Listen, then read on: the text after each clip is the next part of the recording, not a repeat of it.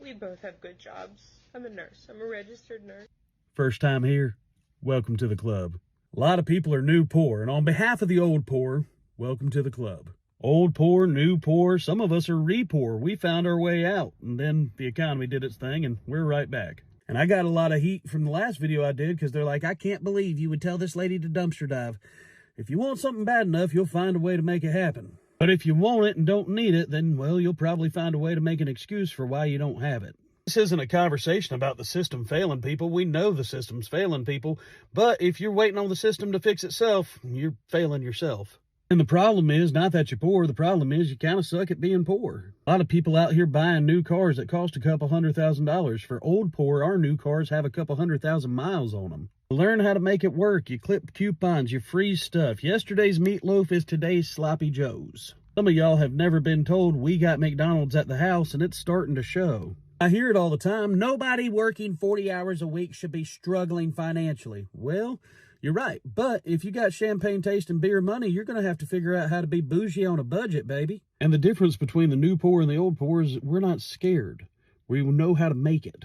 If you keep that mindset when times are good of, well, I don't really need it, then it doesn't really make a difference when times are bad. Coupons, flea markets, swap meets, it all becomes second nature. You just figure out how to do it. You go to a thrift store every now and then. You still have a lot of people that will turn their nose up. I would never do that. Well, then don't complain. I would never do that because I don't want my kids to get picked on at school. Well, they're getting picked on by the people's kids that you're worried about impressing in the first place. You don't know how far you can stretch a bill, then you don't really know what we're talking about. Our bill's due on the 10th, but they won't cut it off till the 15th. That's another couple days for me to figure out how to pay the bare minimum.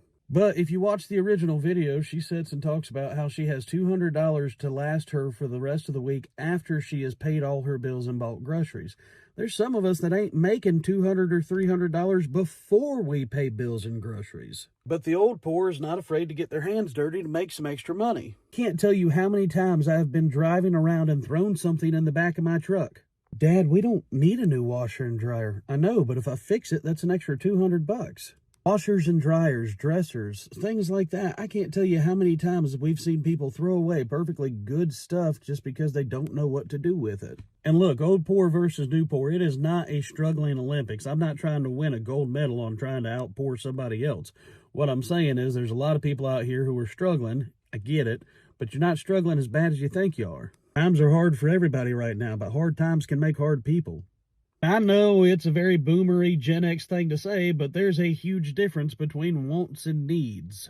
If you're not willing to cut down your wants for needs before you start complaining, well, then there's no need for you to complain. Look, I am going to play devil's advocate. The fact that more people are making more money than they ever have before, but it buys less, yes, is ridiculous.